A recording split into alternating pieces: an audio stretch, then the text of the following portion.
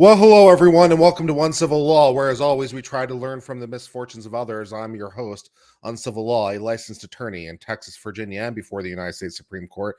And I hope today is the day I earn that subscription for tonight's unannounced live stream. I am going to review the Zav Girl situation and attempt to strawman it, or apologize, the other way around, steelman it rather, because I think that there might be an argument to be made. And I'm going to try to work this through in my own mind. And so I thought, it'd be interesting to try to work this through together. So I saw a lot of people responded to this, and the overwhelming perception has been to condemn her. So let's just talk about what she did, and then we'll talk about the ideas I have in sort of trying to steelman her position. All right. So Zav Girl is a true crime person. She likes to do the true crime. And she is reporting on the Letitia Stausch situation, a case that we have covered before in the past when it was more in its development stages, although we haven't been covering it as part of the ongoing trial. It's not something that's been on my radar, really. The situation is that this woman killed this boy, and she, told all kinds of inconsistent stories about the situation. And she took the boy, put him into a suitcase, and drove him several thousand miles away. I believe she lives in Colorado, and drove him to Florida, where he was found under an underpass in a suitcase where the body was eventually discovered. And she's being held and she's being tried as we speak for this brutal murder, as well she should. There's pretty good evidence against her, as one would expect, the inconsistent stories and all the rest of it. And so she's being tried, as then there's a trial. All right, so that's what happened. And Zav Girl is as I say, is a person who does true crime. And here's apparently what happened, as I understand the facts. These facts may or may not be completely correct, but this is what I understand. She files a public records request. This is all based on the most charitable version of what she has put out, right? So this is based on what she says, the most charitable version of it. So I'm going to frame it that way, right? This is what she seems to be purporting, okay? She puts in a public records request, an open records request, and she says, I want all the file for the entire case. She gets the entire file for the case. Included in the file are the autopsy photos, along with the other information relating to the case. She apparently was originally looking for witness statements and other information, but they apparently turned over everything to her, including autopsy photos. Now, I will take a note here that as a matter of individual state law, some states don't allow this. Most notably, this was an issue, for example, with Dale Earnhardt. When he died, a lot of people wanted those photos, and the legislature actually passed a specific law specifically to prevent people from getting those photos because they didn't think that was a thing that people should be able to do. But in that state, before Dale Earnhardt died, you could, as an open records request, get those records. And then in that state, not so much.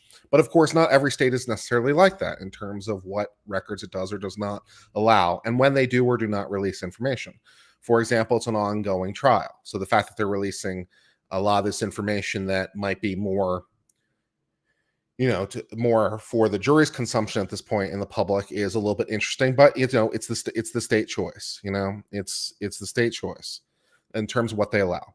Okay, so she puts in an open records request as just a normal person. And apparently this state is a state that says, great, we'll give you everything you want, including the autopsy photos. You can have it all.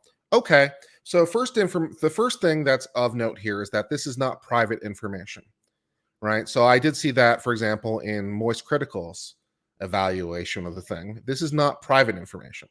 This is public information.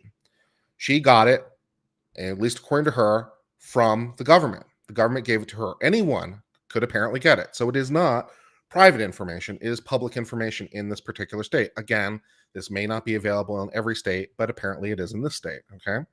So she's just a person who gets access to this information. Okay.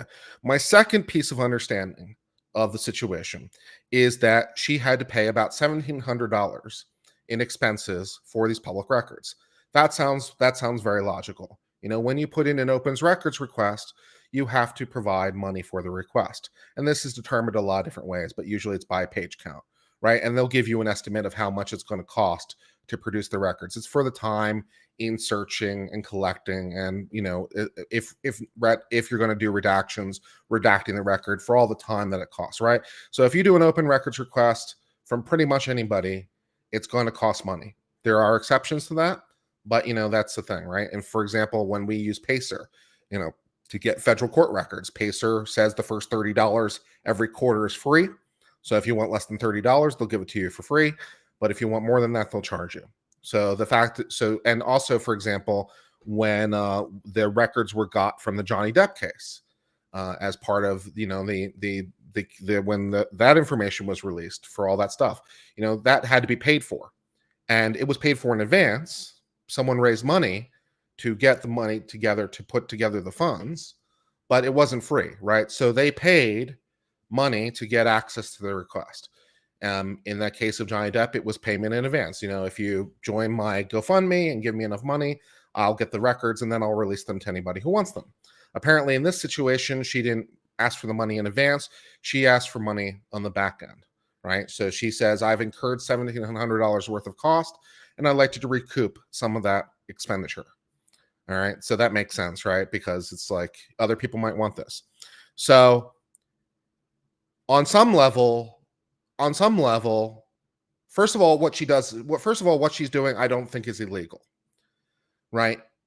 If the information is available to the public, anyone can go get it, right? Anyone could, I assume, anyone could just go to the court and pay the $1,700 themselves.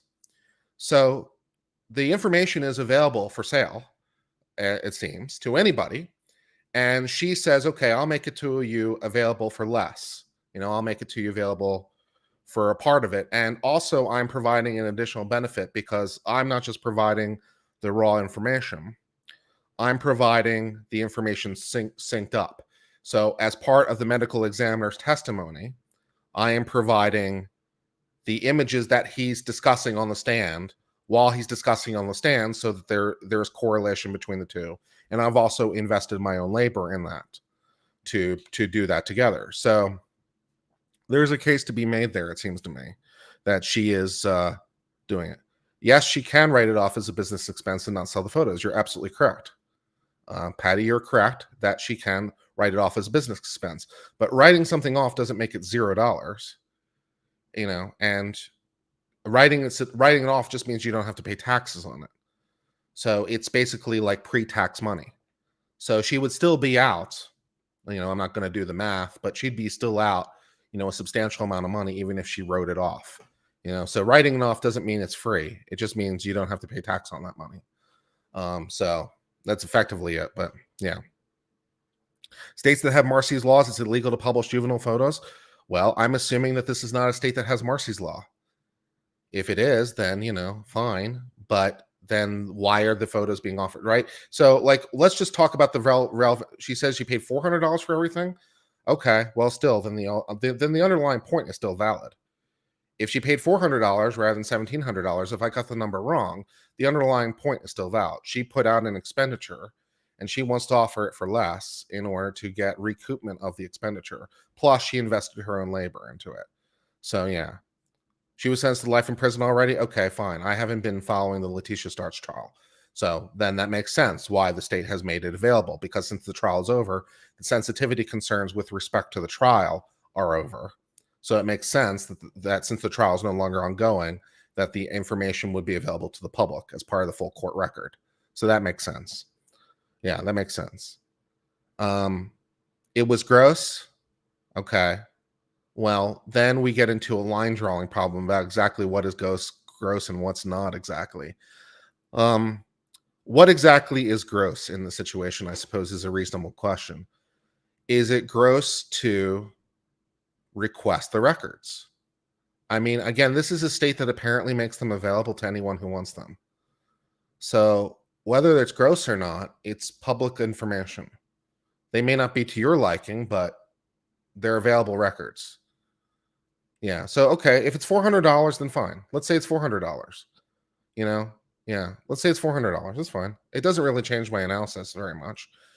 So it's $400. So she expends $400. She can write that off on her taxes, so she doesn't have to pay tax money on $400. So it effectively makes it more like, again, I don't know what her tax bracket is, so I don't know exactly, but let's say it makes it like $330 that she spent, on also what state taxes she owes. So I'm making a number up for the illustration. So let's say that she paid effectively $330, and she wants to sell access to that at a reduced cost to help recoup some of her money. Plus, she's investing her own labor and time in the coordination of it. Why didn't the judge seal those records? I don't know. Some states will not allow these records to be sold. Apparently, this state does. I don't know why the state has made that choice. I can't really speak intelligently to that. Apparently, this state will allow those records to be sold. As I mentioned, like North Carolina specifically passed a law specifically about this because of Dale Earnhardt, right? And that was, a long time ago. But this state is apparently like, okay, they'll let you get the records. So, okay. So where's the money go when the court asks for so much money? Well, it goes to the personnel for the cost, at least in principle. That's the idea. It goes to the cost of searching for and producing the records, at least in principle. And also the court just, needs money. So, I mean, where does the money go when you pay for PACER records?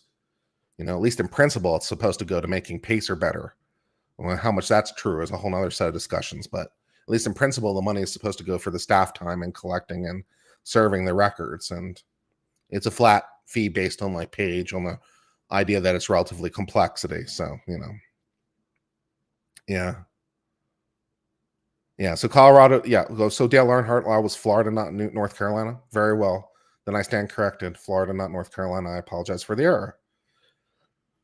Yeah. So posting on the internet is unnecessary. Okay. Yeah. So this is an interesting thing to me.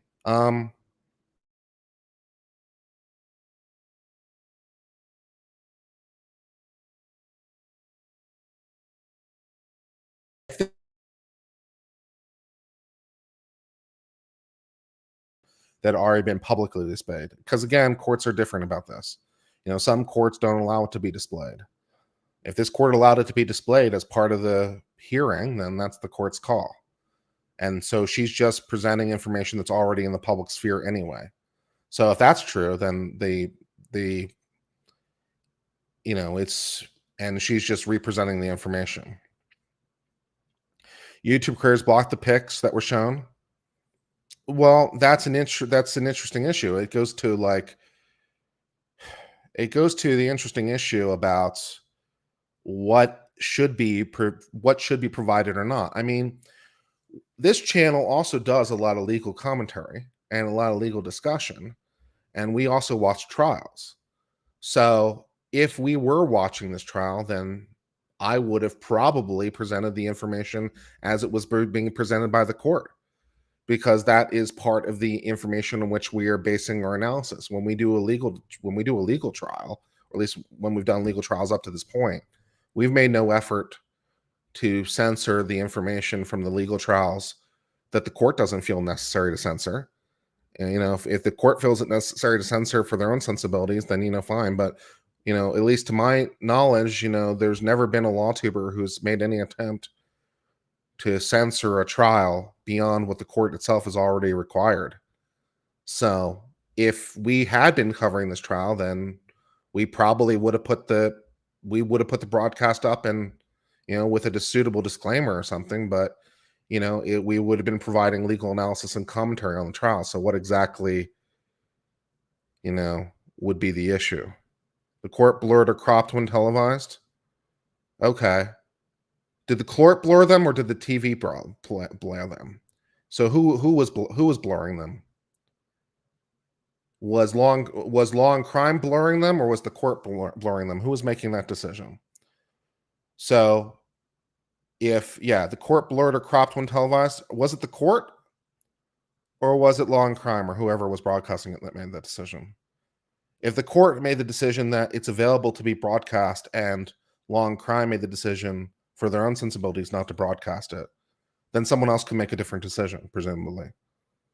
Yeah. So, they asked Law and Crime. Yeah. Well, Law and Crime could have said no. So, yeah. So I don't know. So if we had covered the trial, If Law and Crime hadn't made the decision to censor, and we wouldn't have made the decision to censor, and we've certainly, as a LawTube community, gone back and gotten court records in the Johnny Depp trial and made those available. And there was expense, and when that expense occurred, it wasn't my expense, but when it occurred, someone asked for money to help defer their costs in getting the records. So the idea of people effectively crowdfunding to get the records is not unique. And yeah, it's about decency. Yeah, I don't know. I don't know about this issue. And this is okay. If we take off the fact it's child and we just go with autopsy photos in general, because first we have to decide what the rule is on autopsy photos in general before we can make a difference as to children or not, it seems to me. So I will simply take note here that human beings as a species have a very long and rich history when it comes to the macabre. And it is not an insignificant part of human culture. It is part, it seems, of the human condition. That people are buying, Beethoven's death mask or replicas of it, or, the idea of people going in and, wanting to see the macabre. And it's one of the ways I think people deal with death in some ways. It's like people deal with death in all kinds of ways. And I think it's the same phenomenon, at least in part, that makes people slow down at traffic crashes. Why are people slowing down in traffic crashes? Well, sometimes it's for safety, but sometimes it's also because of rubbernecking. They want to see the crash. There is a human impulse, it seems, that's pretty deep-seated, that's not that uncommon, that people want to see death, destruction, and the macabre. It seems like it's pretty basic. Steel Sour says there's no Steelmanning this. Okay, well, if there's no Steelmanning this, then I guess there's no point in watching this video. So, because you've already determined I'm going to fail. So, I don't know why you're here. Yeah, so you slow down to make sure they're okay. Yes, that's true. I'm sure. But you know that some people are rubbernecking it, right? You do understand that there's a fair percentage of the people that are rubbernecking it, right? So there are some people who really want to see the grisly and the bizarre and the macabre. And there's a reason that Florida had to pass the Dale Earnhardt law. There was a lot of people who wanted to see those autopsy photos because of the desire of the macabre. It is not a, it is not a infrequent part of the human condition to want to see the macabre. And I think it's one of the ways that people deal with death. And this is by no means a modern phenomenon, as I pointed out. This has been true, throughout history, as far back as you care to look, where people were, shilling Beethoven death masks, on the streets of, wherever. So, yeah, walking through the tombs of the pharaohs. Yeah, exactly. We're seeing mummies and stuff like that. All the people who go to see the bodies exhibit, all the people or people who go to see the victims of Pompeii, that are still the victims of Pompeii are still being gawked at, thousands of years later. They're still being gawked at. So there is a human fascination with the macabre, and there's a reason that people want to see this and trade in it. So I don't, So and to the extent it's true that she didn't merely provide the raw data, but also synced it up to show you what court TV wouldn't, then she's making a different editorial decision than court TV did. Court TV could have made the same decision. They didn't for their own reasons. But she is making an editorial decision to provide it to people to help reimburse her costs.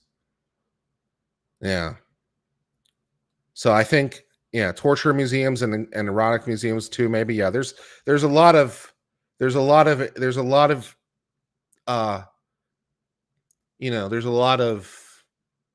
appetite for the macabre. There's a reason that there's a whole genre of humor, that's called dark humor. Playing with ideas of death, playing with ideas of, the day of death. Like that entire thing. It's like, you know, it's like you know, the people in New Orleans when they want to do a funeral by having a big jazz band playing an upbeat number. You know, it's part of, you know, it's there's different ideas on how to deal with death.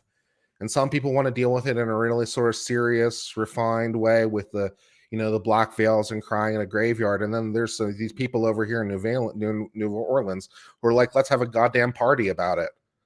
You know, let's get some big brass bands and, you know, have a whole goddamn parade where we parade the person's body through the streets.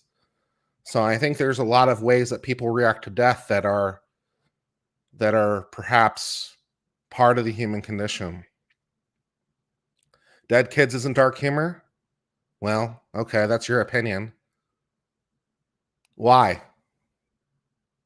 So a dead adult is dark humor, but a dark kid isn't. So what? The dark humor. So dark humor stops and starts at what? Age 18? Is that how that works?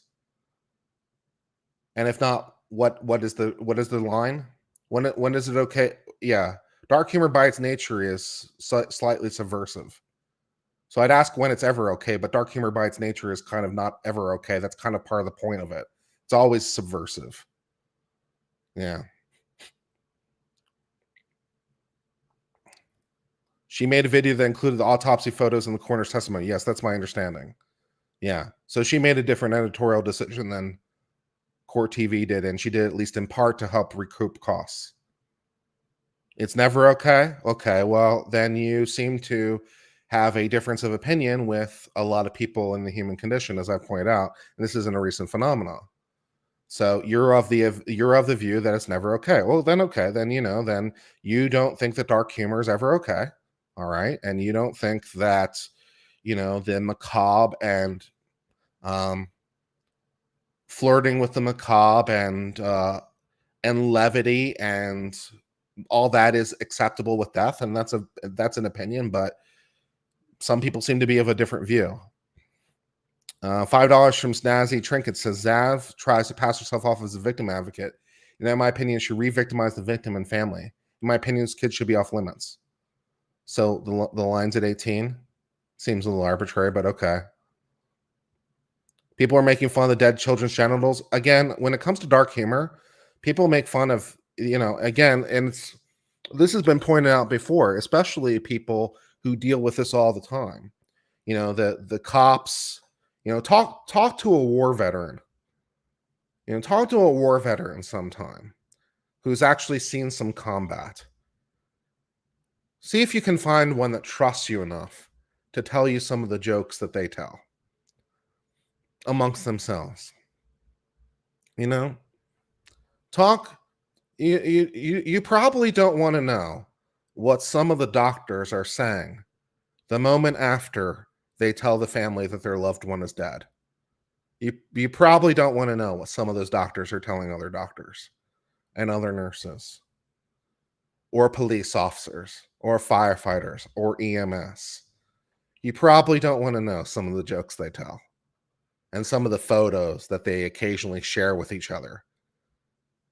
It's all part of dealing with pain.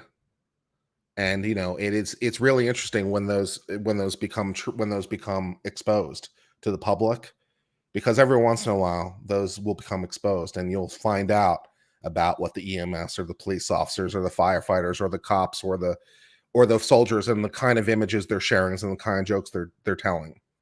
And the public at large is always aghast. But it's yeah, it's part of the coping. Yeah, you really don't want to know. Yeah, you really don't want to know. I know too much, and I know I don't know everything on this, right? So yeah. So there's a lot of appetite for the dark humor as a coping mechanism, if nothing else. And so some people respond to death in I've even been accused of it at times. I've been accused of it at times. Sometimes when I'm covering like a really dark story, and when we do legal news roundup, for example, sometimes I'll start smiling and giggling. And I've actually had to explain this before to people, right? It's like, as I'm like covering this really dark story, it's like, and I start smiling and getting even jovial in my affect. And part of it is because that's part of the way I'm coping with it. Part of the way I'm coping with the horror show is by that feeling of uncomfortable, you know, triggers a almost humor response. Because humor is at some level the subversion of the expected, right? What makes a joke at some level is you subvert the expected, right? The punchline is the subversion of the expected, and that's the funny. And so the response to subversion can be humor. And so the dark humor can trigger that same impulse. Yeah. And also the irony of the situation being so terrible, that too. Yeah, very much so. Yeah, very much so. Yeah, she did charge for it on Patreon. That's true. So is the problem that she charged for it, I guess. If she had made it available for free and simply asked people for donations, is that different than charging for it? So is it different to say, okay, I'm giving it all for free, but if you'd like to help me recoup my cost, throw a buck in the tin, versus, okay, I'm going to put it behind a paywall in the first instance? Is that different? You know? Yeah. So the whole situation is a little bit more, I think it's interesting. I'm also sure I'm also a little bit unsure at how much all of us collectively should be throwing stones, because all of us on this channel and LawTube in general are watching these trials and watching people often in the very worst of their life and hearing some very intensive testimony. So, are we so much more pure simply because, as a general proposition, we don't see the autopsy photos? If we had the opportunity to see the autopsy photos, are we really saying that we wouldn't see them? Are we really saying that we wouldn't see that part of the trial and bring it into our analysis? And how frustrated have we been from time to time when they're talking about evidence and we can't see it? Because it's like, well, I can't know what the jury is looking at because I can't see it. And so it taints my analysis, right? My examples speak to exactly why posting the photos, I'll put these on screen as well, instead of just reading them as well. Your examples speak to exactly why posting the autopsy video was victimization of the family. The family didn't agree for those images to be part of the public domain. Well, they are part of the public domain regardless of what Zav did, right? Zav isn't the one that made them in the public domain. The state is the one that made them in the public domain. They are available for anyone regardless of what Zav did, because this state apparently thinks that that's fine. So, if you have a problem with them being in the public domain on a fundamental level, you're going to have to talk to the state about that one. Do they still televise executions? No. But your point is well noted that there's been a long history with people, executions were fun for the whole family for a long period of time. So yeah, everyone goes to the execution, and there's the people with the equivalent of food trucks and all the rest of it, nearby, fun for the whole family. So the human experience, if they did make them available, people would go to them. I'm quite sure. Yeah. Wholesome family fun? Well, apparently they were wholesome family fun, because do you know anything about history at all? Do you know anything about history at all when it comes to these things? Yeah, people brought, it wasn't just like sturdy men, it was their wives, it was their children. Apparently it was fun for the whole family because the whole family came. Lots of them. The whole goddamn town showed up to these things. Yeah, so apparently it was wholesome family fun because apparently the entire town collectively thought it was. It's not me saying that so much as everyone who showed up to the thing, So yeah, humanity is a twisted MFer. Yeah, humanity is a twisted MFer.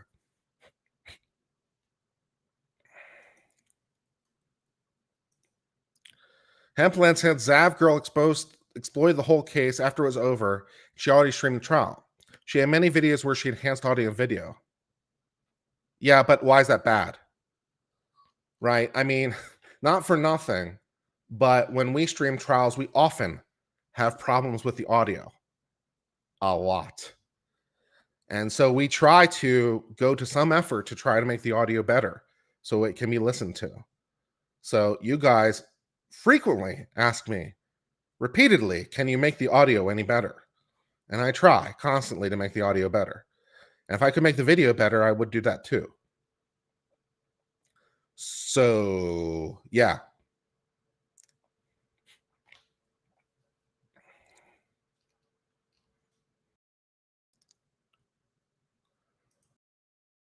I asked this to a member here. He replied they were released in FOIA request by mistake. Well, so be it. But it wasn't her mistake. So maybe the state shouldn't have released it to her, but they did. And, presumably if anyone else had made that request, they would have released it to them because there's nothing special about her. So maybe they made a mistake. I don't know the law relevant. I don't know the law well enough. So maybe it's wrong.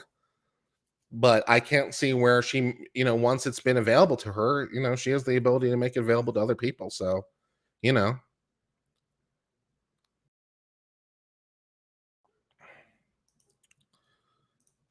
Jillian says, based upon my reasoning, why isn't Grandpa's autopsy being viewed through the paywall? If you have scientific interest, you'd view the other autopsy. Well, I can't really speak to that issue. I don't know. Maybe she just hadn't gotten around to it yet. I don't know. Also, who's Grandpa in the situation? Because we're talking about the murder of the child, right? Who's Grandpa? I don't even know what you're talking about.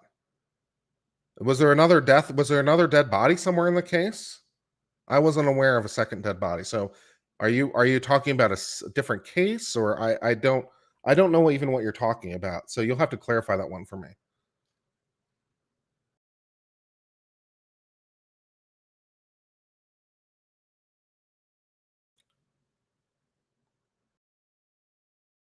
Why is it a third degree felony to distribute those photos then?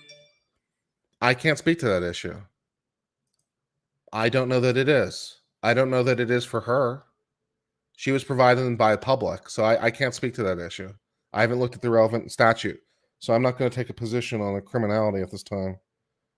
But I assume it's not criminal. Maybe it was criminal for them to be provided to her, but I'm not sure it's criminal for her. So I'm not sure whether or not she's within the scope of the statute. I can't speak to that. I suppose we could look it up.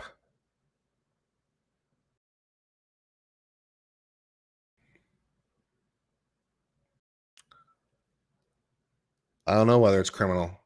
I mean, yeah, if the information was provided to her by mistake, I'm not sure it's wrong for her to redistribute it. I don't know. Maybe it is. Although it'd be really hard to convict her because, she would not necessarily, because she would have every reason to believe it was public information. So she wouldn't really have any mental state of wrongness. Kobe Bryant photos were shared. Yeah, I think that's true. Not in her state. Yeah, not in her state. Right. Some states it is. I've made a point of trying to make this repeatedly. Some states it's illegal. Some states they don't make it available. Some states they do. So I don't know whether or not it's illegal in her particular state. If you looked up the law in her particular state, I don't know whether it is or not. Kobe's wife got 40 million too. That's true. That's correct. Yeah. Although in Kobe's case, the photos were not taken by an authorized person. So they were different in that respect. The photos were not taken by the crime scene unit and they were not released as part of the public record. Kobe's photos were taken by another police officer, but not as part of their official job duties. So the Kobe case is a little bit different because these were not official photographs that were taken as part of an official record. So it's a little bit different in the Kobe case for that reason.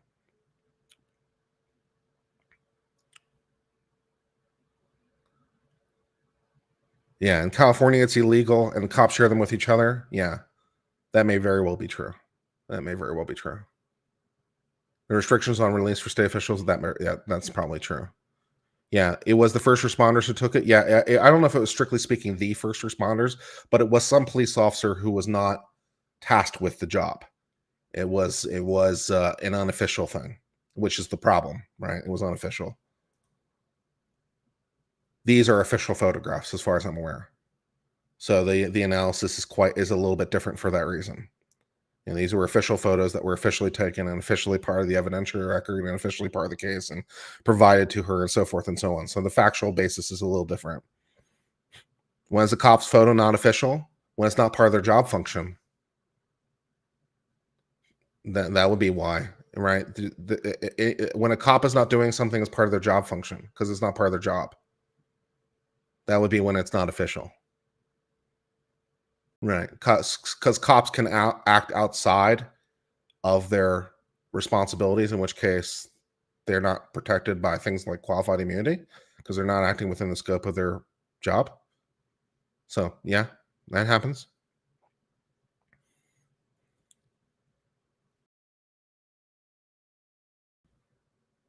Yeah.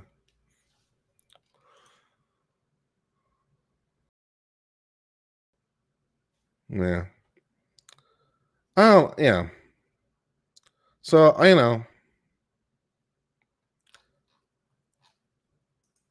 JFK autopsy photos were actually placed on trading cards. That I believe. That I believe.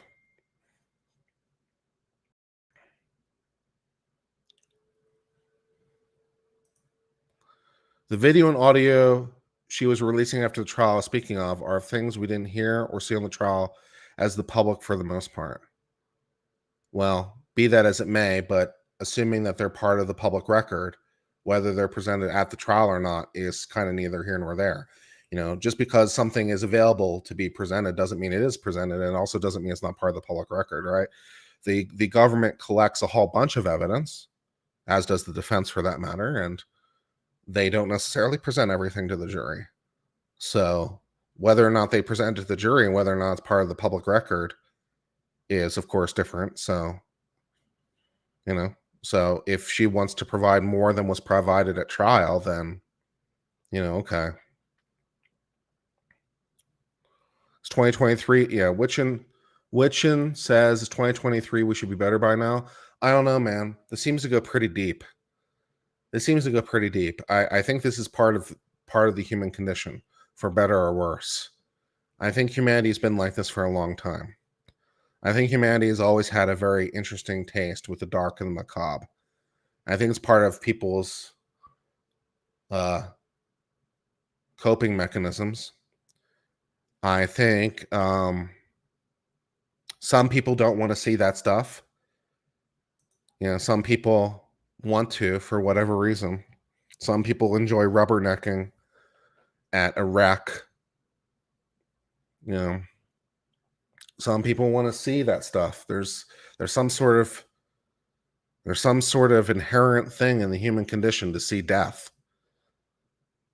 I'm not sure why, but I'm not sure it's going away anytime soon.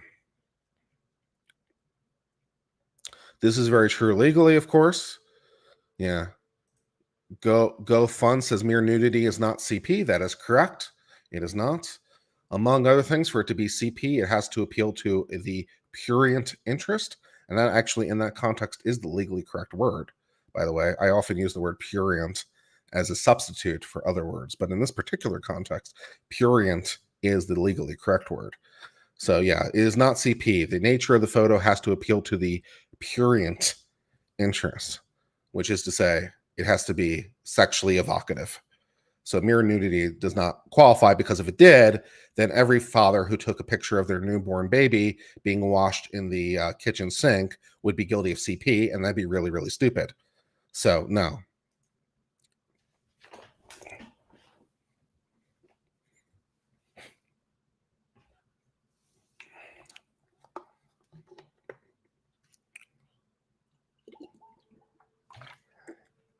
Mm-hmm. Yeah. Some people pay on the dark web to view snuff films. Yeah, you didn't. There was, for a long time on Reddit, there was a whole subreddit for watch people die. I think it eventually got banned, but there's a lot of people who want to see that for whatever reason. So it seems to be pretty significant part of the human condition. Yeah, Patreon took it down. Yeah, Sandra could speak to this a little bit. I don't know to the degree to which you want to, Sandra, but I know that you've done work in this domain, and I'm sure you could speak to people's uh, discussions and interests with the macabre, and especially among professionals in the field who have to deal with the macabre and some of the jokes and humor and things that they do behind closed doors that would make people in the general public skin probably crawl a little bit. So there seems to be a pretty healthy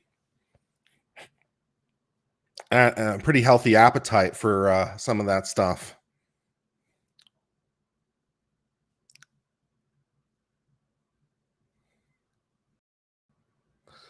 Yeah, Aussie J, I appreciate that kids are off limits to you.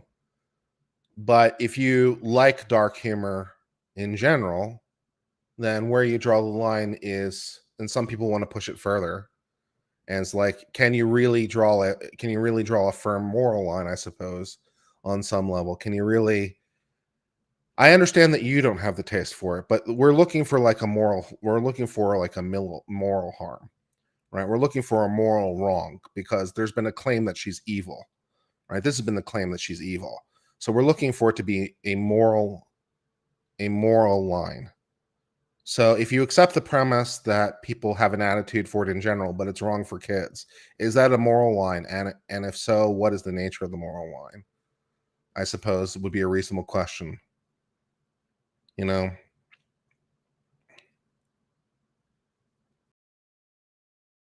Yeah. No, this YouTube creator didn't do something similar to Kobe, at least not. There's a significant factual basis.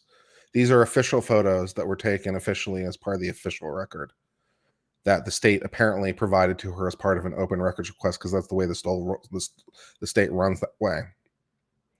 You say you don't think anyone should be allowed to profit from this if you want to see it request from the court. Well, what if she had crowdfunded it in advance? If she had gotten a quote and be like, oh, it's $1,700, and she crowdfunded it in advance, but she didn't necessarily know what she was going to get. Is that different? Is it only different because she knows because she got money on the back end instead of the front end? Because she did it with knowledge of what it was? Okay, maybe. What is macabre? Macabre is death. Macabre is death, basically. The macabre is, yeah.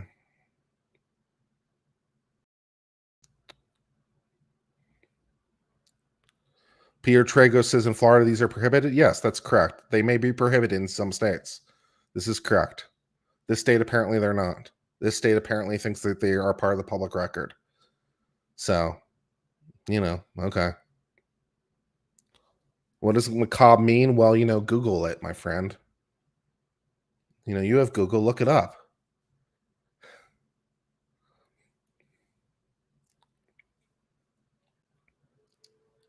She said she didn't FOIA, then how'd she get it?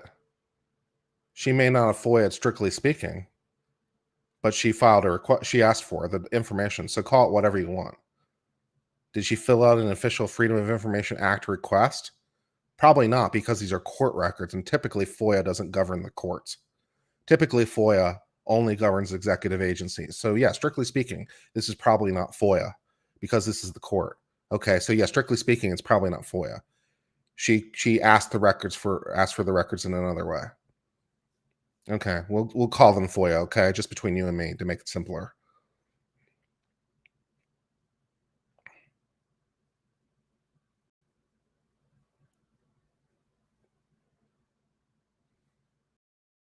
They were released by Florida incorrectly. Maybe I can't really intelligently speak to that. And to the extent they were, I'm not sure that that's her problem. I can't really speak intelligently to that. She wouldn't know that, presumably. She wouldn't know that. She just knows that they're being provided to her as part of the record. How would she know that? She's just being given the records and she makes them available to people. She would have no reason to believe that she's doing anything wrong. She's like, can I have the records? And they're like, here you go.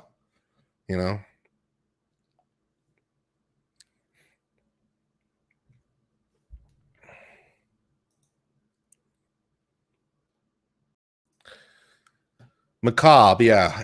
Disturbing and horrifying because of involvement or depiction with death and injury. Macabre series of murders. Yeah, there you go.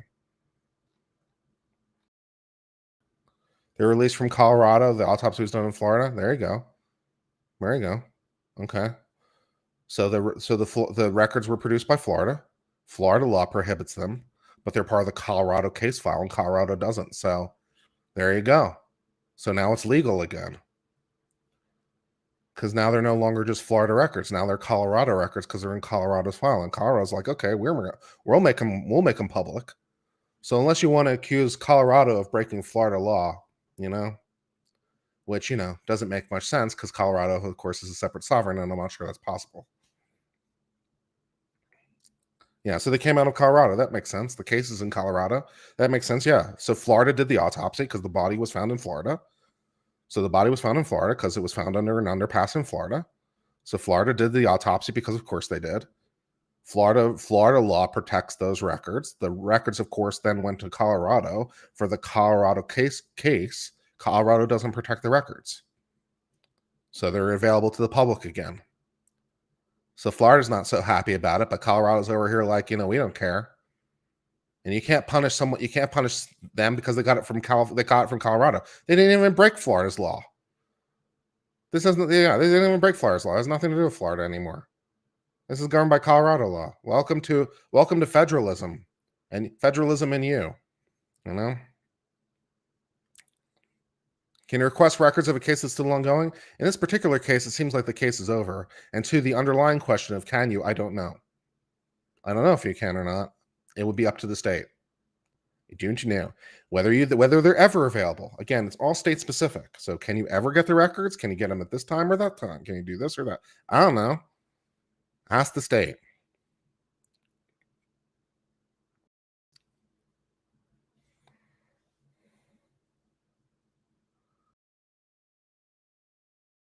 What comes to your mind are other true crime YouTubers going to great lengths not to get demonetized, using acronyms for certain crimes?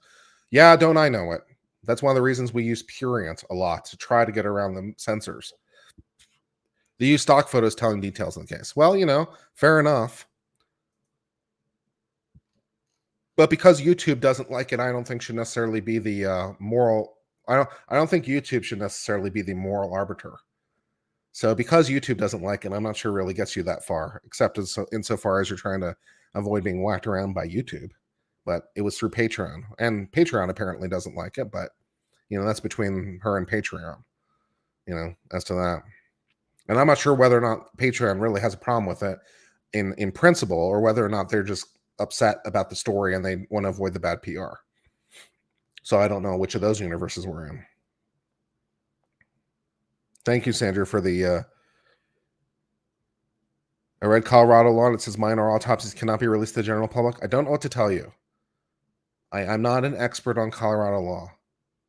Apparently, they were released to her. So, assuming again, because we're bouncing around on what the law is or not, and I don't know. In Colorado, I don't know. Are they legal? I don't know. I don't know. But apparently she requested them and she got them. So, from her point of view, it was fully legal. She wouldn't have any basis to know otherwise. So, is it legal from her point of view? It is. Because why would she think anything else? Morally and legally, we commonly recognize children as extra vulnerable. Okay, that's a fair point. That's a reasonable argument, Aussie. That's fair. We do, in fact, afford children special protection. And so perhaps that special protection should also extend to death. That is a reasoned argument. I accept your reasoned argument. I'm not sure whether or not I agree with it or not, but I accept that it is a reasoned position. I like reasoned positions. They make me think.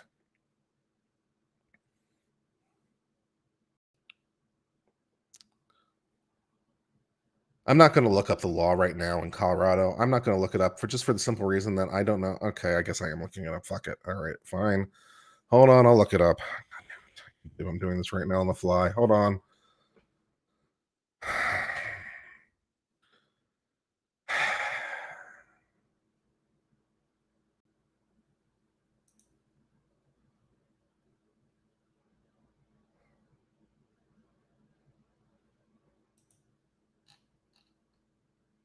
Uh-huh. Uh-huh. Okay. Let's take a look.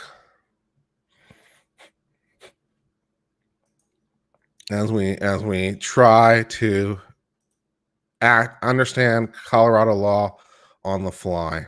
How exciting. First of all, can I just say that I am a bit of a sucker for like that art. This is from their official website. This is apparently the official signed version. And I just say I'm kind of a sucker for the enact like stylization at the top. Very fancy.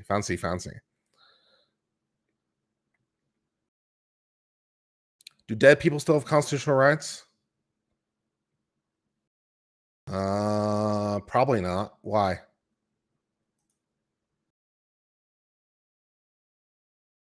Okay. Let's see. Autopsy reports death of a minor confidential. Autopsy report means the report of a coroner designee of a deceased individual, determine cause of death, including written analysis, diagram, photograph, toxicology test. Minor means a person under 18, notwithstanding other provisional law. An autopsy report prepared in connection with death of a minor is confidential and may be disclosed by the coroner or any other person only in accordance with the requirements. May provide a copy of the autopsy report in connection with the death of a minor to the parent, law enforcement, or criminal justice entity, including district attorney. Which then, yeah, so this is dealing from coming from the coroner. So the coroner can only provide it to the parent, law enforcement, the court, a requesting party in a civil case for some reasons, counsel for defense, the state, Colorado facility, department, the healthcare, blah blah blah blah blah blah blah blah blah blah blah blah blah blah blah blah. And this law is completely irrelevant to the issue. This law is completely irrelevant to the issue.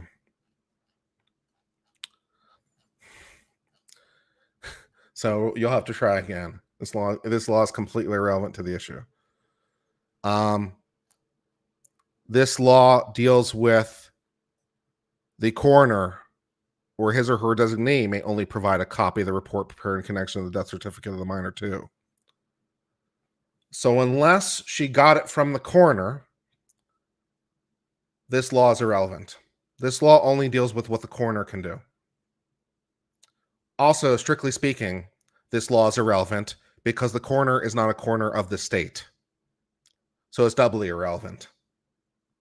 So I appreciate your enthusiasm and all, but Senate Bill 18223 is of no help.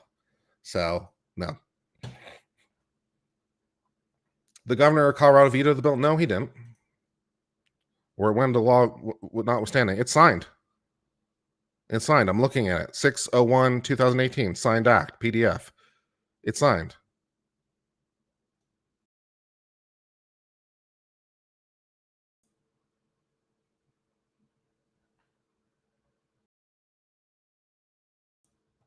Hold on.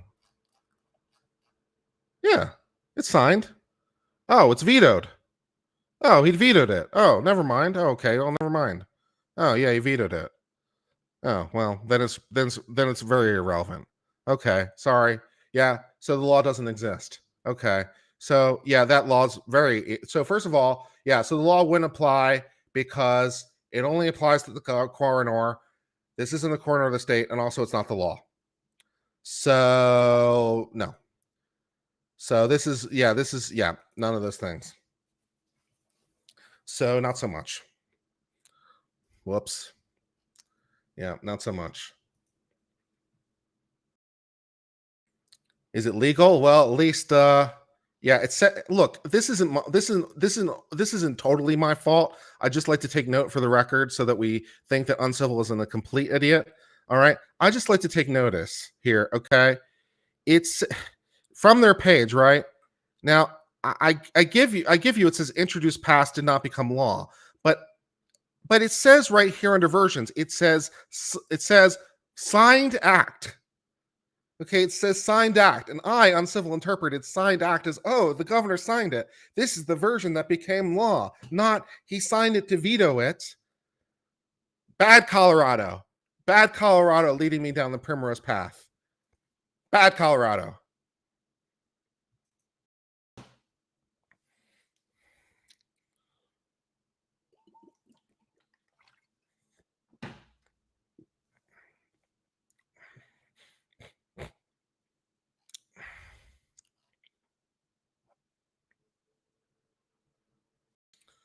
Yeah. And no, I didn't scroll all the way to the bottom and see that it said vetoed. Okay, So apparently the governor has no problem with the minor autopsy photos. So yeah.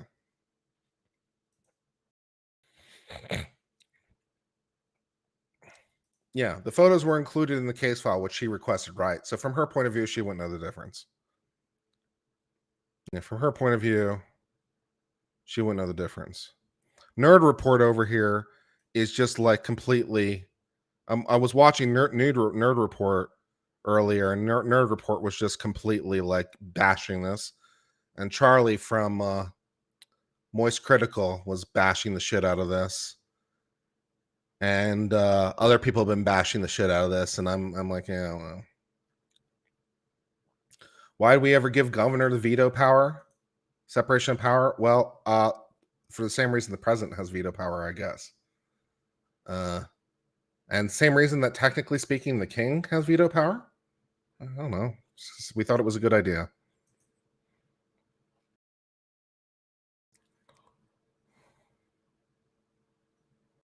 She should have omitted them. Okay, but yeah, that's sort of a philosophical statement.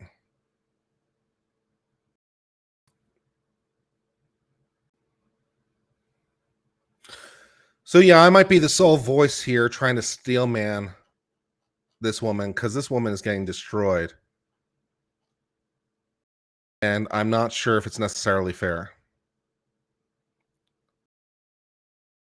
I'm not sure that's necessarily fair.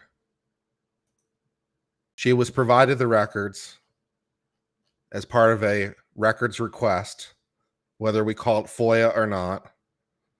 She's provided the records. She incurred some cost. She wants to help defray that cost. And she put in her own labor to help sync the audio with the autopsy video so that people could see exactly what was being discussed. For people who were interested in that. And I'm not sure that had the court made it available to us in the first instance, that we wouldn't be watching it and commenting on it as we do.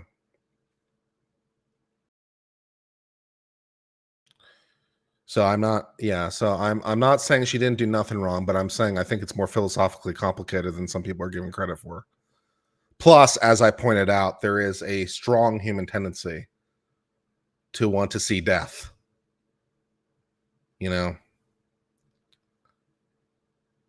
Consult Stand By Me, and like, oh, you found a body? Can you show me, Smalls? Consult every car crash. Consult, basically NASCAR. Consult. Ask any EMS, police officer, firefighter, or particularly military person who's seen combat. Ask them about some of the jokes they tell. See if they'll tell you the truth, because they probably won't. Because the things they tell amongst themselves, yeah.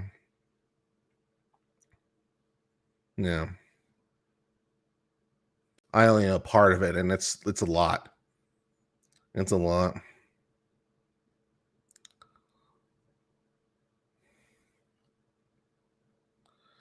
Human dignity and decency supports posthumous privacy. Well, perhaps, but I think that I think the human condition at least suggests that that a lot of people are not really truly interested in that. That's the kind of thing people say when they go to church, as they say. That's the kind of thing they say on Sundays. But when they really are out there and really in the world, people want to see death. So yeah. Or 911 dispatcher. I have a really dark sense of humor. Not everyone gets it on civil law. Yep. I'm sure the 911. I remember watching this clip from the 70s show to sort of illustrate the point, right? Kitty, Eric's mom, is a nurse in the show. Anyone who's seen the 70s show may remember this episode, right? And so Eric goes to the hospital one day to see what his mother does. And, right away, like the nurses are saying, oh, oh, you're so cute, Eric. You're just like you say, I saw your photos on the rest. And like they're all joking around, right? And she's following him on his day. And like it's just one thing after another. And she just like moves on. She moves from one thing to the next thing like it's nothing, right? She just moves on from one thing to another. And like their time at the hospital ends with them, can you help me move this body? Basically, this guy died. And it's like, and Eric knows who this person is. And it's like, because they were talking about it. And Eric like, well, wasn't this Mr. So-and-so? And it's like, yeah, it's a shame. His daughter just got married or whatever, right? And she's talking to him about this and like, just treating it like, nothing, right? Just so, yeah, your daughter just got, it's really sad. He was a nice guy. I enjoyed talking to him. And on the way home, on the way home, Kitty, his mom, is listening to the stereo and just singing along. And Eric asks her the question, how do you do this every day? How do you do this every day? And she just turns up the music and just starts singing louder. And that's the answer. She just does whatever she can to let it go. She just does it whatever she can to let it go. And so that she can move on with her day. And then the horror show begins the next day. And yeah.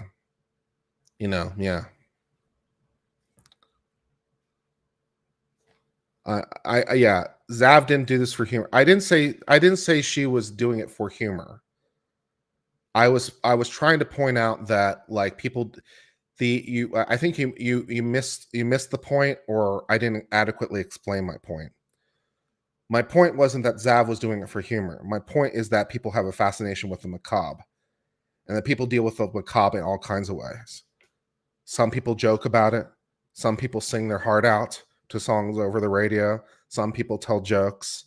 Some people whiplash to see the car crash. Some people don't want to see it. Some people want to avoid it. Some people don't want to ever talk about it and pretend it doesn't exist.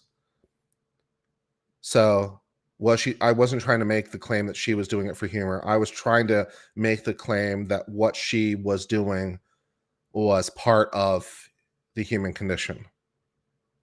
And it is a fascination with death that is built into the human nature, was my point. So hopefully that was a little bit more clear.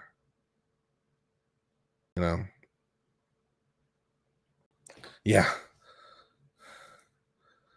This is true. The single psychological trait most valid in a surgeon is psychopath.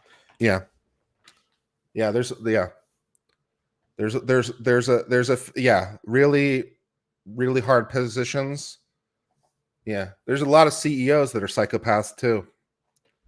There's a lot of CEOs that are psychopaths too, because they can just fire people and not feel anything, right? They don't care. It's like they just move on with their lives. They fire someone, they let go a whole division, 10,000 people are out there starving, and they just move on with their day like nothing happened, because to them nothing did. Right. So yeah, there's a psychopathy is a interesting trait when it comes to. There's a lot of high performing people. There's a lot of high performing lawyers that are psychopaths. There's a lot of high performing business people that are psychopaths. There's a lot of high performing surgeons that are psychopaths. Psychopathy is something like 1 to 3% of the population. And there's a lot of people who use that for good, as it were, and serve a valuable role to society. So yeah, psychopathy is definitely a thing. Yeah. Yeah. And even for the non-psychopaths, it's not just the psychopaths. Well, the psychopaths probably wouldn't turn their head to look at the crash anyway, because they wouldn't care. Right. So it isn't even the psychopaths who are rubbernecking at the crash scene. It isn't the psychopaths who are rubbernecking. Why would the psychopaths rubberneck?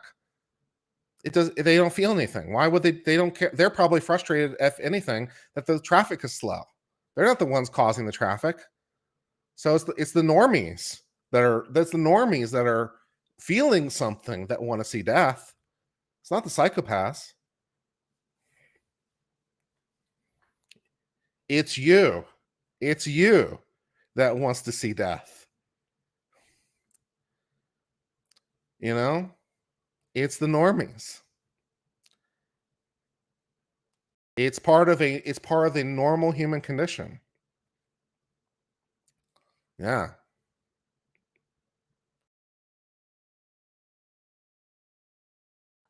You don't want to see dead pictures of kids? I understand. But there's definitely someone in chat that understands what I mean. You know? If it's not you, look to your left, look to your right, look to the person in front of you, look to the person behind you. It's one of you. You know? If it's not you, it's your friend. If it's not you, it's your bestie. You know? My point was more that it's normal. My point was more that it's my point was more that it's the everyman. Yeah. I didn't mean literally each and every one of you personally. Obviously, that would be absurd. So hopefully you didn't understand me to mean literally each and every one of you. I just meant like, you know, it's like look in the mirror, my friend, because there's a pretty decent chance it's you. You know, that's where it's like, and if it's not you, maybe it's someone else who's looking in that same mirror. You know.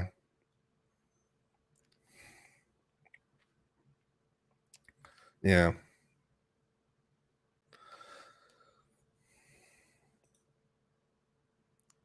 Yeah. Cops in the old days used to keep death books. You got it right. Yeah. I've witnessed traumatic things happen to other people, and I have this magical power to push away for a while to get in there and help, then weeks later react. Yeah.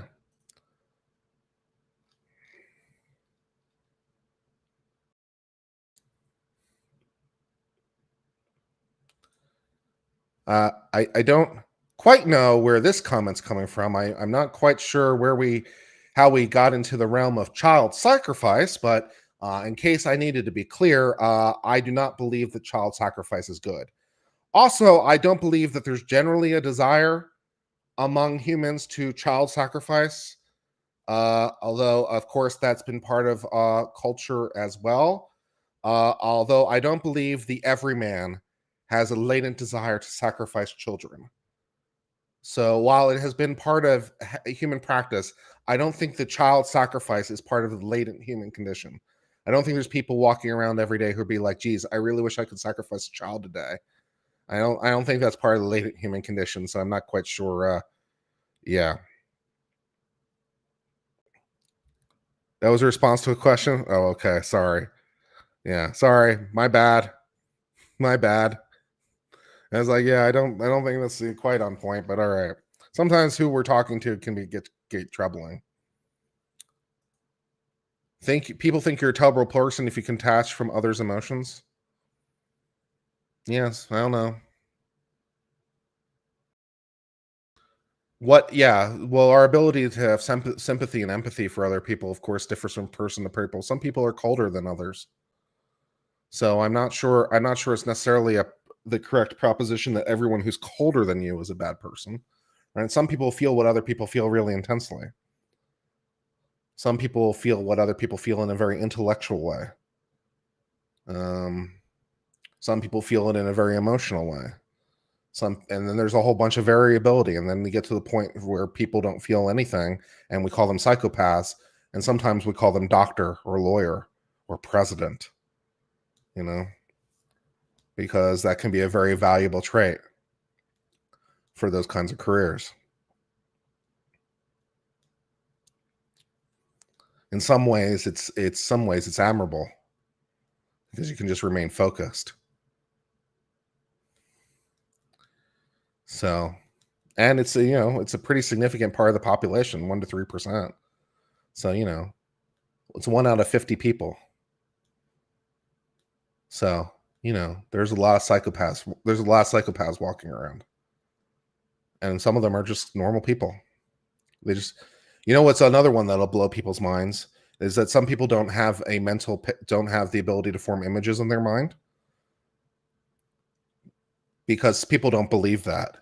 Because, your ability to form an image in your mind, like if I tell you to imagine an apple, like can you sort of imagine what an apple looks like? in your mind? Can you do it? Some people can't. Some people can't imagine. Some people have no visual imagination. It's actually not that uncommon a trait. It's not a super common trait, but it's not that uncommon a trait where they have no ability to visually imagine things. It's true. And then if you can imagine an apple in your mind, what does it look like? Does it look like, can you imagine it in the same level of detail that you could if you were really looking at an apple in the real world? Can you imagine that level of fidelity? Because I can't. When I imagine an apple in my mind, I have a very sort of vague impression of it. I have sort of an outline with a very, but it's not really clear. Yeah. Internal dialogue. Yeah. Some people don't have internal dialogue. So they don't talk to themselves. They don't think out loud in their own brain. So when you think, can you hear yourself? If you choose to, can you think so that you can hear yourself? I can, but some people don't have internal dialogue. Some people don't have internal vision. Yeah.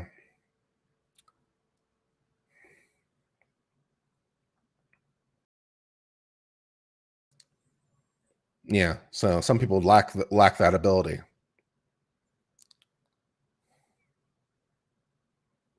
You have internal dialogue nonstop. That's fair.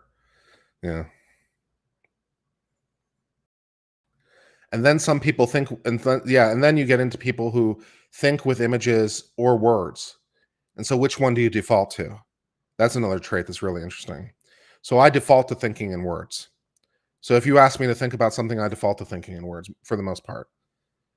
If you ask me how to get somewhere, I'll tend to visualize it. Like if I have to travel somewhere, I'll tend to visualize it.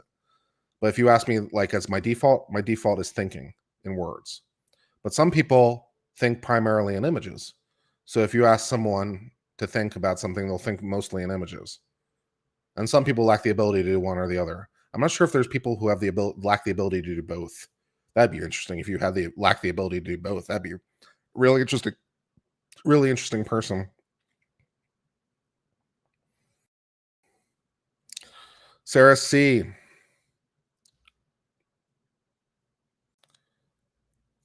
Working in the ER for 3 years nearly destroyed me. Valuable lessons learned on so many levels. Preach. What does this have to do with Zav? Well, we've been discussing whether Zav was morally wrong on a lot of levels. We've been trying to tease out in our discussion whether or not Zav was morally wrong, and if so, why? Because I think it's a more interesting discussion than some of the people have instantly condemned her give credit for. I'm not sure that they're necessarily wrong, but I think it's a more interesting discussion than they give credit for.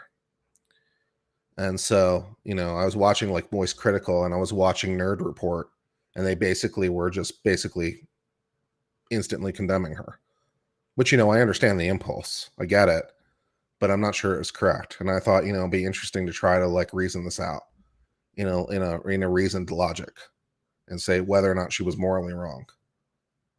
What did she do? Well, what she did, and here's what we understand her to do. Here's what we understand her to do. She made a request with the court for a copy of the Letitia Stotch case file. She wanted a copy of everything in the file. Apparently her motivation was to get copies of like witness statements and interviews that the police had did that were part of the case file. She apparently paid something like $400, although there's a dispute over the exact amount. It's not exactly clear. But she paid something like $400 and got a complete copy of the file. Included in the file were images from the autopsy that was conducted on the child that was murdered, who was brutally murdered and tortured and, found in a suitcase in Florida. That was the murder case, right? So she gets a copy of the complete record, including these autopsy photos, which appears to be legal. We haven't found anything that says it's illegal. And what she then did was that she synced up the images of the autopsy with the coroner's audio from the trial, so that when the coroner was discussing autopsy photos during the trial, she showed you the file. She showed you the image that the autopsy that they were referring to, so that you could see what they were talking about. She then provided all this information behind a paywall on her Patreon, so that if you wanted to get a copy of this stuff, you had to pay to be a member of her Patreon. So if you want to reduce it to its core that it's been described, she sold pictures of autopsies of dead children. That's what she did. And we've been trying to decide whether that was wrong. And we've been having an interesting discussion about it.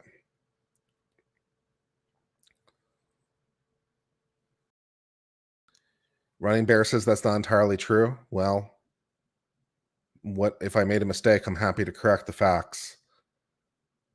So if I made a mistake, then please let me know. So where did I screw up? I don't know what the 72-year rule is. I don't know what that is, and apparently not in Colorado. It's deaf wrong. Okay, where did I make a mistake? Oh, you mean morally wrong?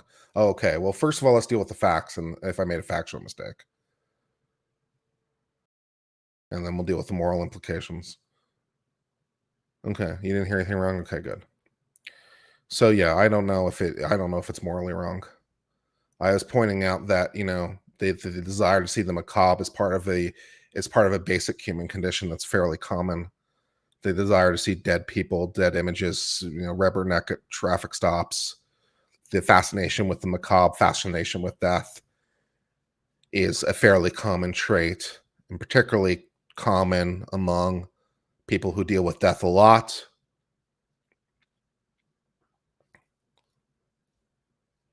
And so there is an appetite for some of this stuff among some people for a variety of reasons that I think speak to a basic psychological need that's fairly common among people. And I think some people have a strong aversion to death too. So I don't think it's necessarily true of everybody. I think some people strongly avert death and don't want to deal with it, think about it, have anything to do with it. And some people almost have a moth to flame-like need to consume it for some reason. The U.S. government will not release personally identifiable information about an individual. Well, there's your problem right there. Yeah, there's your problem right there. Yeah. The U.S. government will not release. Well, we can stop reading. So no, the rule doesn't apply. This is not the U.S. government. Yeah. So yeah, so we can stop reading. Yeah, no, the rule does not apply.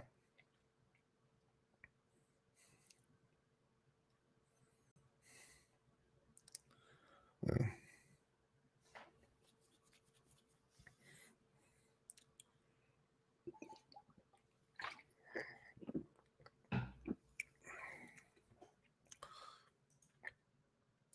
Generous says, I'm not sure I could be a mortician or funeral director. Me either. Or a medical examiner. Me either, man.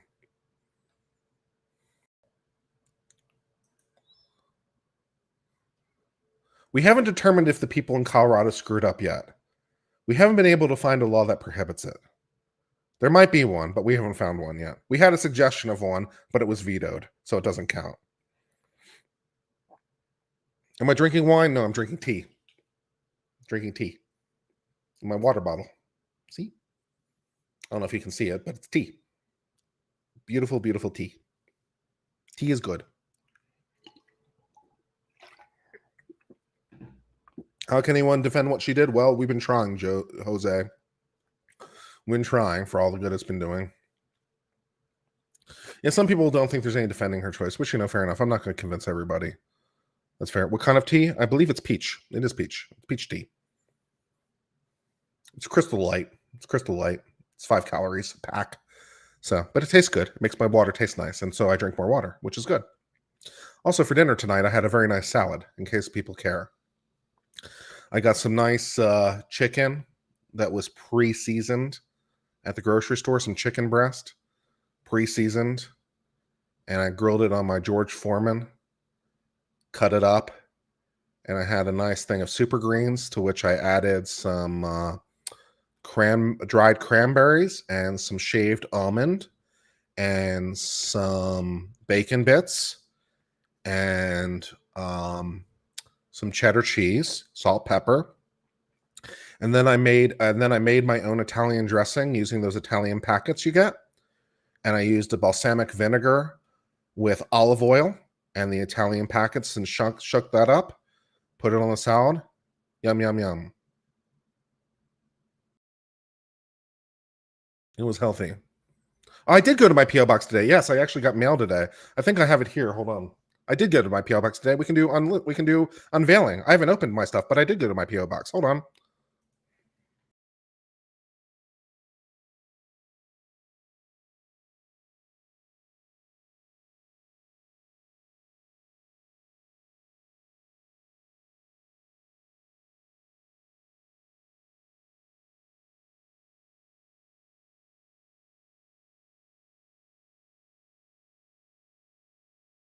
The stuff is still in my car, so it'll have to be tomorrow. The stuff is still in my car. Unless you guys want to hold on long enough for me to go get it from my car. It is right downstairs. Can you guys hold on like 2 minutes? Can you guys talk amongst yourselves so that I can go get the mail from my car? All right, hold on. This will take like 2 to 3 minutes for me to get it. So I'll be right back. All right, talk amongst yourselves and we'll do some unboxing of gifts and stuff. Hold on.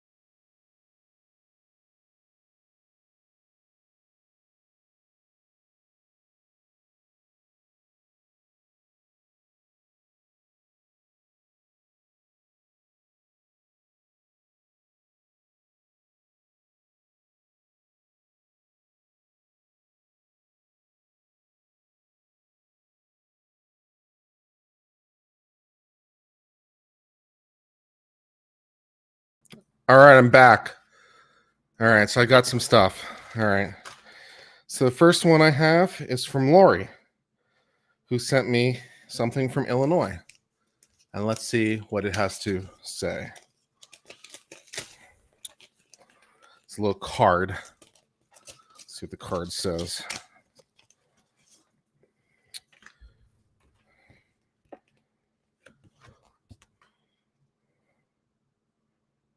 A note to say hello.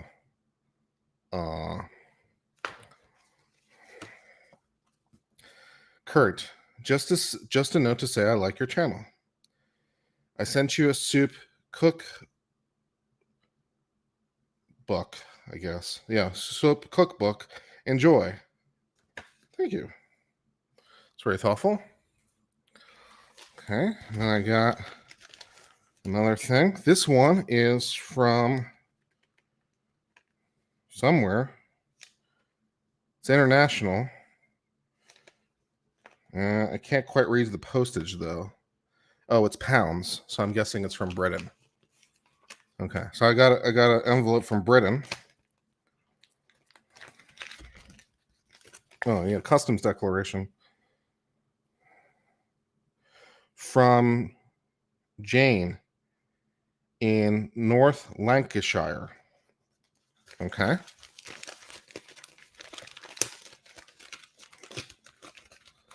Jane sent me. Oh, that's cute. Aw. Wow, that's really nice.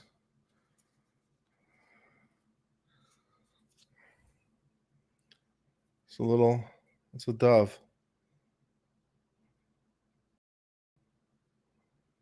dove.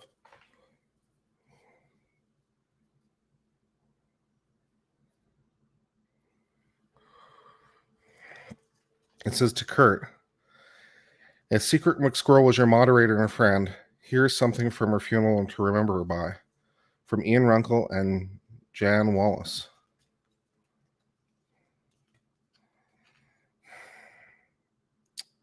That's a bookmark.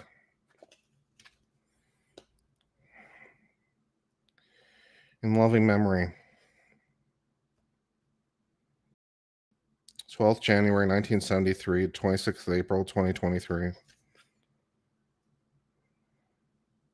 There's a poem on the back of the card.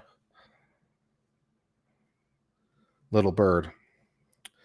I look up to the little bird that glides across the sky. He sings the clearest melody. It makes me want to cry. It makes me want to sit right down and cry, cry, cry. So I walk along the city streets, so dark with rage and fear, and I wish that I could be that bird and fly away from here. I wish I had the wings to fly away from here. But my, I feel so low. My, where do I go? My, what do I know? My, we reap what we sow. They always said that you knew best, but this little bird's fallen out of the nest now. I've got a feeling that might have been blessed, so I've just got to put those wings to the test. For I'm a troubled soul who's waited to the ground. Gave me the strength to carry on till I lay this burden down. Gave me the strength to lay this burden down, down, down, yeah. Gave me the strength to lay it down. But my, I feel so low. My, where do I go? My, what do I know? My, we reap what we sow. They always said that you knew best, but this little bird's fallen out of the nest now. I've got a feeling that it might have been blessed, so I've just got to put those wings to the test.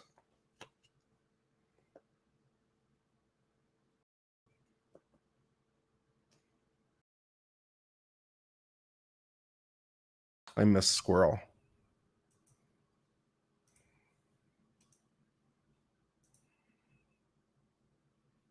I miss squirrel.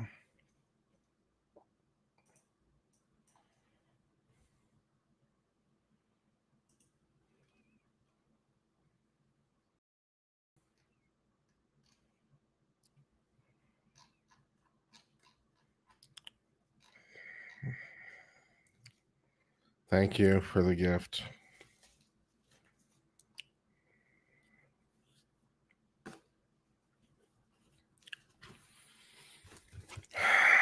All right, I got a box from Kristen in my old stomping grounds of Columbia, South Carolina.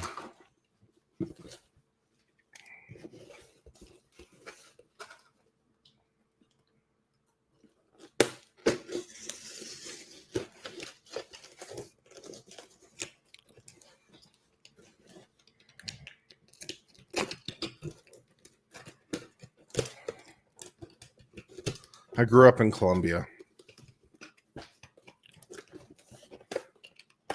So.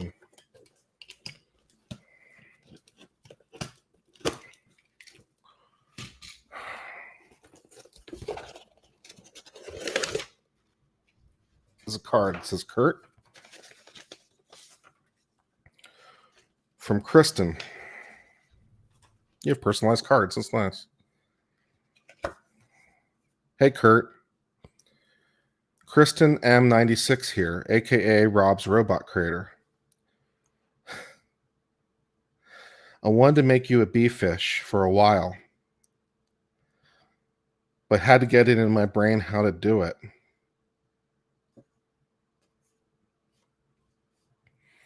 He isn't perfect. His hat's a bit off center. It moved while I was sewing it on, but he's cute.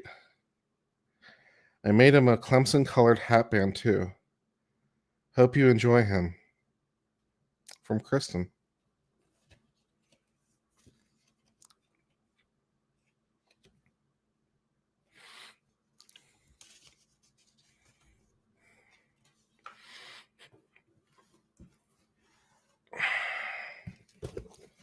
Oh my God. Oh my God.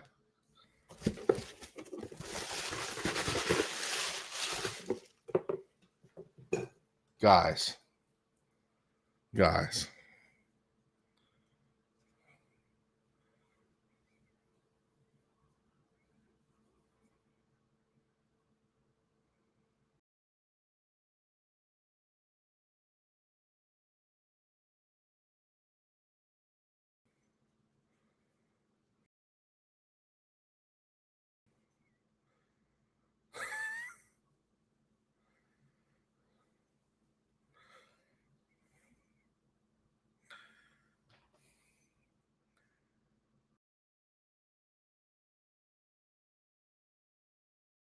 Wow.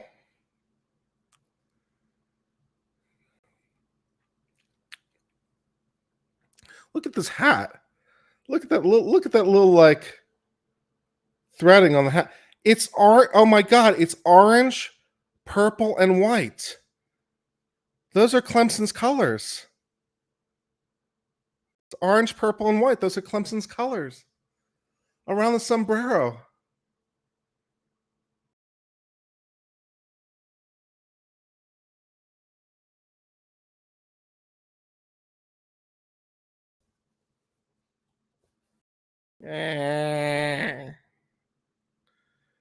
Kristen, this is so cool.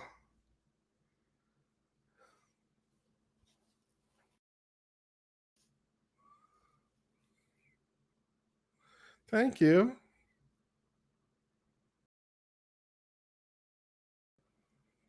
So nice.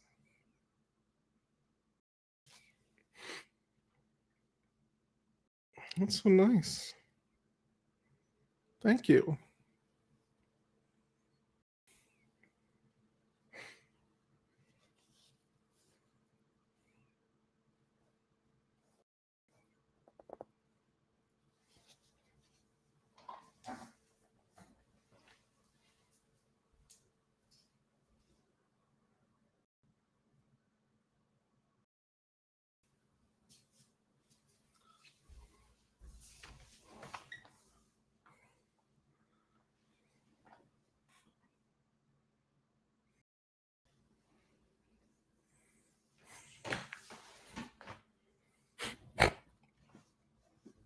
What's my new friend's frame?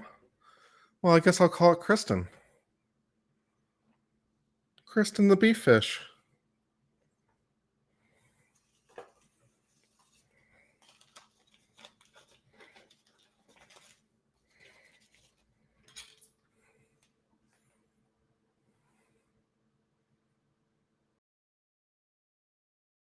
Wow, that's really thoughtful, Kristen.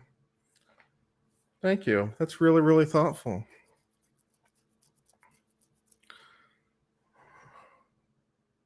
I don't know what to say. That's so nice. Kristen.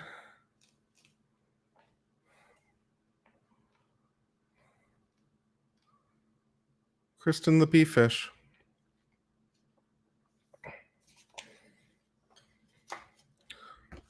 It's just such a nice card, too. We're in stationery, man. That's so cool.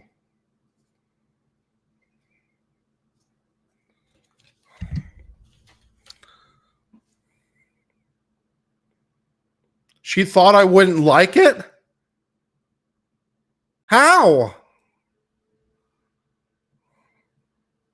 The card is Clemson colored, too. That's true.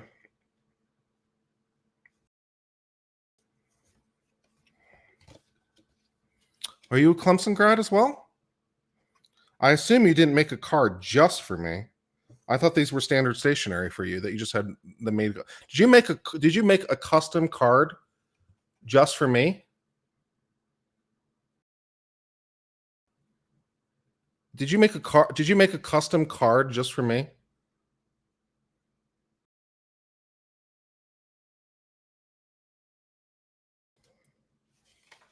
Oh, she's a Clemson grad. Yeah, I'm like, yeah. Oh, you went to Clemson. Oh, yeah. Are you single? Do you want to get married? Because this is just kick ass.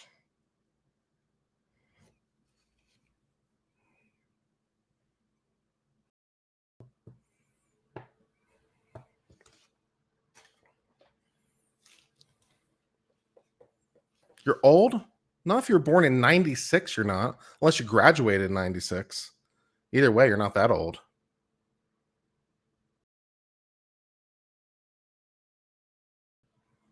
If you're born in 96, then you'd be about 15 years my junior, which is a lot, but not insurmountable. Yeah, I graduated in 96. Oh, okay. From Clemson? Okay, so then you'd be 8 years my senior. Okay, so you'd be 50. We'll talk. We'll talk. Yeah, we'll talk.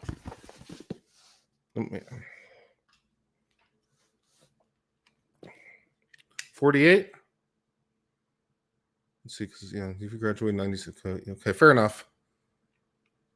48. All right. I graduated 04, but I should have graduated 03. So because I got 2 degrees, so it took a year longer. So if you graduate in 96 and I should have graduated 03, then that's 7 years. So yeah, that'd be 48 or 49. Yeah. Okay. Yep. Sorry. My bad. Sorry. Yeah. My bad.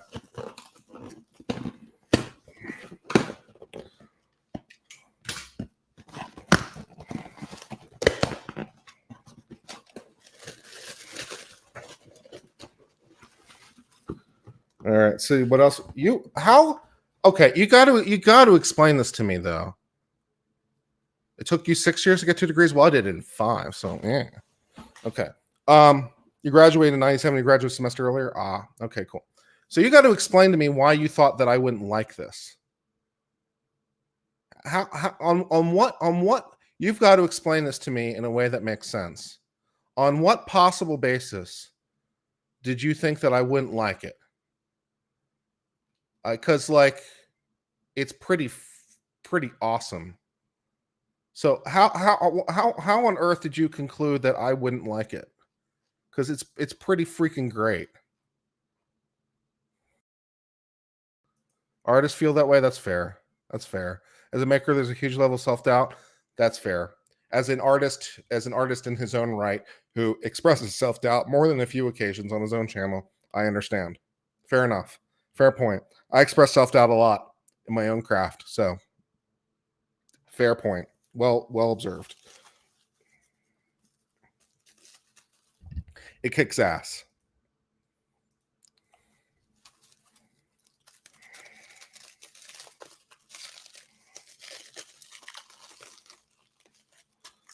That's what all the guys say. I'll call you. Oh, running bear. Oh, making me look bad. Dude, man, that's not nice.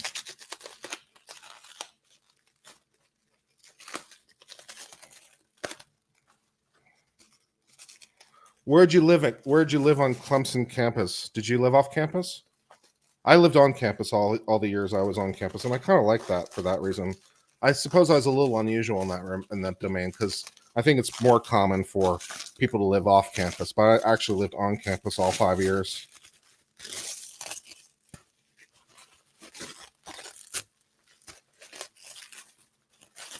I'm an artist and make things for people all the time, only to find the person doesn't like it or even care of the thought and effort I put in. Well, those people are bastards. You lived in Burns and Young. Yeah, I lived in Burns too. So yeah, that's interesting because Burns was all okay. Was it all male? Yeah, because Burns. Yeah, it's interesting because of like just how buildings change and stuff. Because I think Lever was co-ed and then it became all female. Burns was all male. Yeah, and then they changed it to all freshmen. Yeah, so because I lived there my freshman. I lived in Burns my freshman and sophomore year, and then they changed it to all freshmen, so they kicked me out. Then I lived to New West. Burns was all female my year, then went male. Okay, all right, that makes sense. Yeah, that makes sense. Okay, so Burns was all female, then went all male, and then when I started in '99, it was still all male, and then in my sophomore year it was still all male. Then the year after that, my junior year, it became all freshmen. I think all freshmen male specifically, but I'd have to double check. Then I moved into the brand new building, which was called New West and now called Stadium Suites, right next to the stadium. And then I did my last year at Clemson House, which was kick-ass. And then they blew up Clemson House, which made me sad.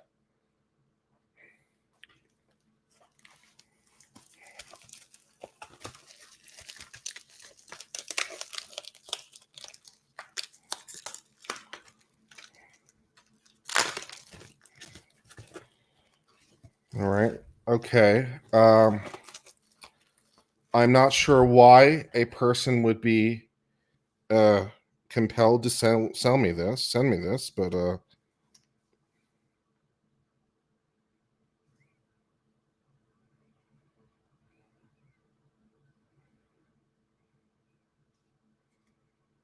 thank you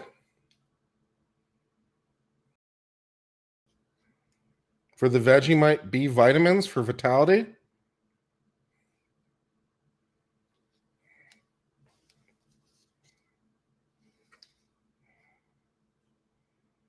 Uki. No, thank you for that gift, which apparently was available from Amazon.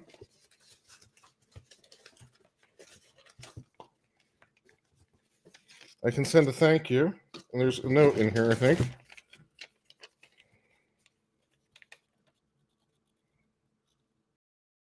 The note says $900 plus cost of channel G's. Kurt, don't go hungry. Mr. Entry required. Paul. Okay, well, thank you, Paul, for the thoughtful gift. It is appreciated.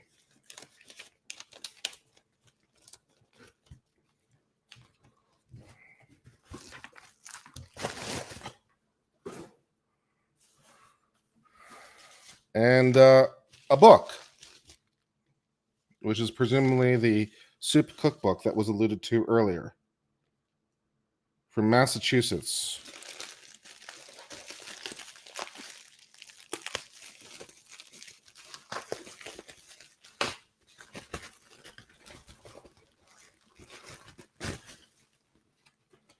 Let's see.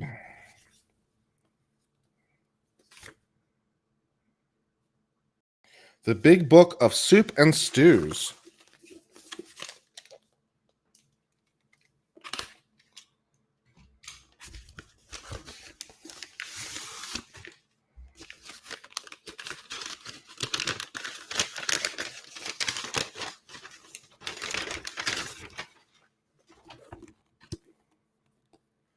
The Big Book of Soup and Stews. 262 recipes for serious comfort food. Kick ass. Well, those are all very thoughtful gifts today. Thank you for all those gifts and for joining me for this little unboxing. Beef fish is best gift. Let's spend more time with beef fish, friend.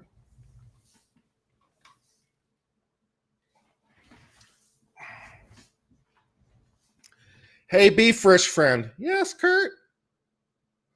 How are you? Well, beef fish friend, you are an absurdity and I don't understand you. I know, Kurt, that you don't understand me, but I'm simply a bee that's also a fish. Why can't you accept me the way I am? Well, beef fish friend, you see, the thing is that you're an abomination and you make absolutely no sense. And the California legislature simply wants you to declare you to be a thing, but it's not even that. No, it wasn't that. What's the problem? It's that the court said it. The court said that bees are fish. Wow, geez. Well, they certainly recognize the truth, didn't they? No, you're not a bee fish. You can't be a bee fish. There's no such thing. I don't care what California says. You got to accept the law, Kurt. You got to accept the law. You're devoted to the law, aren't you? Or you're alert. Yes, I am. Well, and you got to accept the reality that bees are fish now, because this is what you've been devoting your entire career and study to. And now you got to accept this. You can't just accept the law when it's convenient. You got to take the good with the bad, and I'm a bee fish. Damn it. Damn it. Yeah, I got you now. I got you by the balls, don't I? I'm a bee fish. Look at my hat. Well, it is a nice hat, bee fish. I have a hat too. Yeah, I've seen the hat. It's all right. It's not as cool as my hat though. Okay, well, it's fine. Okay. Hey, Kurt, are you familiar with that website, the Babylon Fish? Hey, don't get started. Okay. And scene.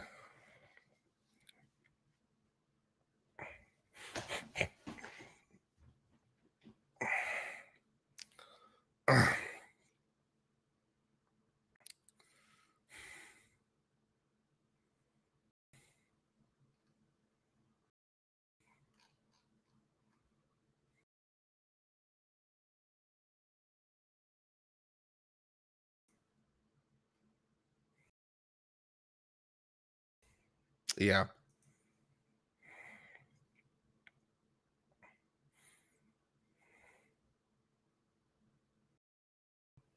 Yeah.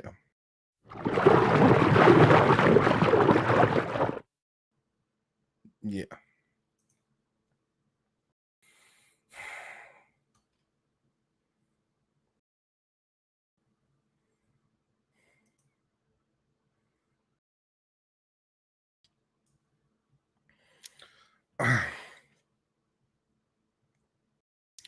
Yeah, sorry about the video I posted today having some sort of problem with the editing.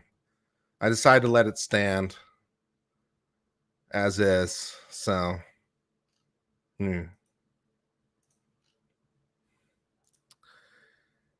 Yennefer rather, gifted 10 law memberships. Joyce became a 99-cent uncivilian. Snazzy Trinket Jewelry said Zav tries to pass him off as a victim's advocate, yet in my opinion, she re-victimized the family. Sandra Ramirez gifted 5 memberships. Generous gifted 1999, saying, missing you live during the week since I've been working so much, but as the song goes, she works hard for the money, so hard for it, honey. Happy to see you tonight, and thanks for all you do. And that was apparently Generous's first super chat ever. So thank you, Generous, for being so kind to let me be your first super chat. I feel honored. Yennefer then gifted 10 gift memberships. Angie Torres gifted 10 gift memberships. Dark Lotus gifted $4.99 to say your analysis second to none. And Karate Cop Mom gifted me a law membership. And then Kristen gifted me the bee fish. Bee fish. Bee fish. Bee fish.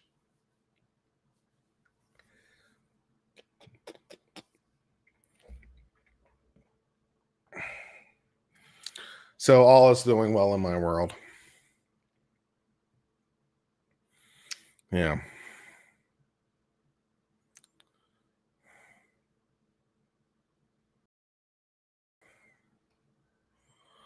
Life took a left turn. That's yeah.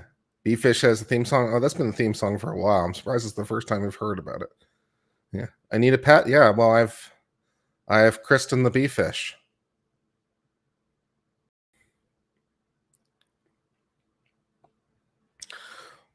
Well, this stream started as a analysis, discussion, and perhaps partial defense of a person who is unpopular in the social medias right now, and ended with bee fish, which sounds just about right in every possible way. So, yeah. Is it a freshwater or saltwater bee fish? Yes. Yes.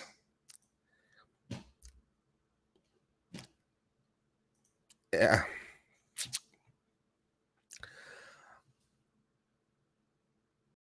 Please explain the phrase equal justice under law. I feel like it's kind of self-explanatory. But the idea, at least in principle, is that, given the same facts, the same result should emerge. So that you look to the facts rather than the person, right? So I suppose that's the principle, right? Equal justice under law implies that every person is treated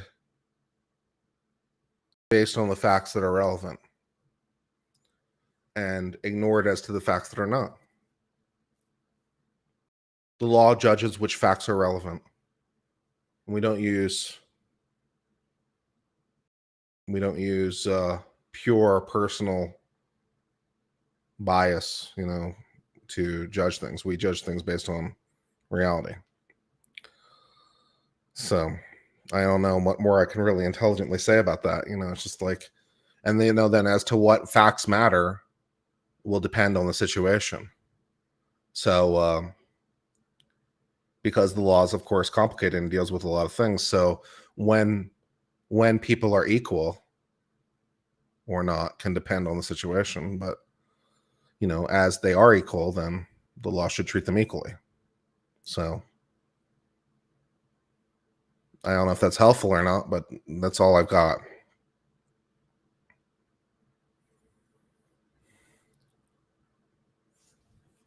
I don't know how helpful that is. That's all I got. What do you think, Kristen? Well, I think equal justice involves a lot of bee fish being recognized by California courts. Yeah, I had a feeling you would say that. Yeah, that was a good day for justice. When they acknowledged the truth of the bee fish.